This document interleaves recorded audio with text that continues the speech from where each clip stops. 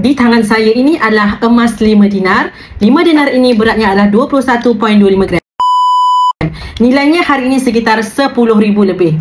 5 dinar ini sangat sesuai untuk kita jadikan sebagai persediaan untuk kita melaksanakan contohnya dana umrah. Kalau kita simpan dalam bentuk duit, sikit-sikit belum pun duit tu capai dengan simpanan yang kita nak, dah terguna, habis terguna, sebab memang itulah fitrah duit kepada manusia. Maka hari ini dah kena pertimbangkan untuk kita belajar menyimpan emas 999. Emas ini fitrahnya manusia suka akan emas. Malah semakin kita simpan emas, semakin kita ketagih. Kenapa kita simpan emas? Emas nilainya kekal, malah semakin bertambah dan kuasa belinya juga turut kekal. Bagi yang tak ada bajet besar 10,000 terus, tuan-puan boleh mula menabung emas sikit-sikit melalui akaun emas Gap Public Gold, yang mana kita boleh simpan emas sikit-sikit serendah RM100 ke atas tanpa komitmen wajib tiap bulan. Cukup 21.25 gram, tuan-puan dah boleh keluarkan emas fizikal pegang di tangan. Yang mana daftar akaun emas Gap secara percuma, klik link di bio Safia Sofian, saya bantu sebaiknya.